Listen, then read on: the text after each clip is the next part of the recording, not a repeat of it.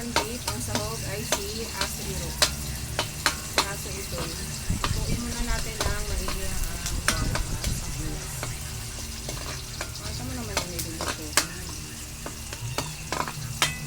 Ito ang pinakamabilis at mabilis ang ulam. Alam mo yung mantika. Cookie. Ay, cookie pala. Morning, isa.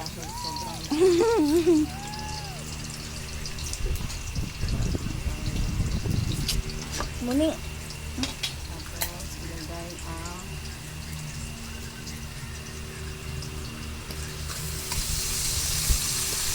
corned beef.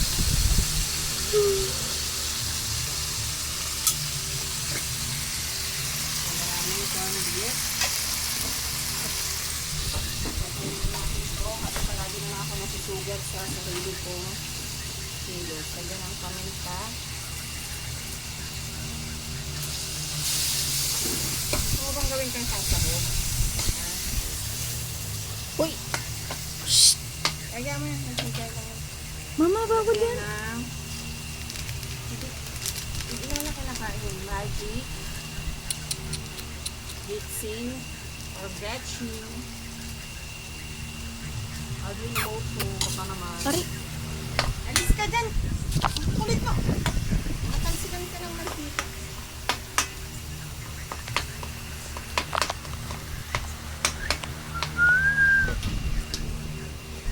Lumayas ka dyan, lumayas ka dyan. Natin ang patatas. Shortcut na luto kasi Kulit nga, gutom niyo, na kami. So, kailangan na namin naluto ka agad. Wow. Ito nga eh. Hayaan mo muna kasi yan. Lumayas ka dyan, lumayas ka dyan.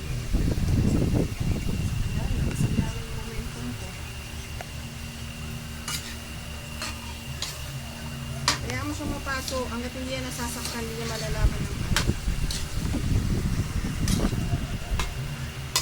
Ayan, igigisa mo lang. Tapos tutubigan mo. Lagyan ng konting asin.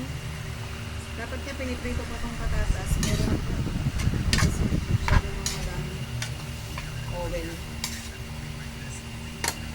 Kaya mo lang kumapit ng lasa ng konti sa patatas.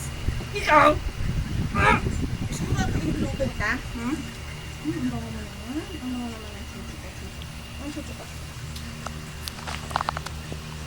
Sige. Nagsiselos yung isa, ma. Mainit nga yan. Sige, mapaso nga yung uso mo. Huwag, May. Babaho yan pag pinapalo. Wow. Kumuha ka ng pagtadtad doon. Tatadtarin ko na nga to.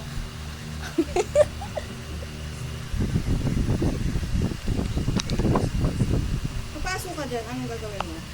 Ha? Luluto nga tayo ng ulam natin, no? Kumaya ka na kumain.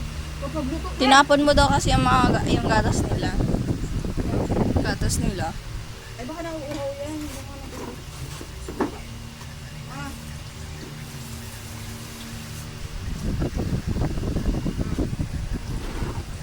Naman pala eh. Nauuhaw pala eh. Parang kala niya, tubig yung mantika eh. So, talagyan lang natin ito na water. Lumayas ka dyan. Tapos Dyan ka lang, dyan ka lang, dyan ka lang. Po. Ay. huwag sa akin kasi dito sa ginagawa ko. Nakita talaga. Upo ka dyan. Sensya na po yung videographer ko medyo may pagkain mo. Wow. At pa talaga. Tapos lalagyan lang natin siya mamaya ng konting asin. Pag ikaw napasok dyan. Lumayas ka dyan, lumayas ka dyan. Asin. Konting sugar. Wala na. Gusto ko lang magkaroon ng sugar.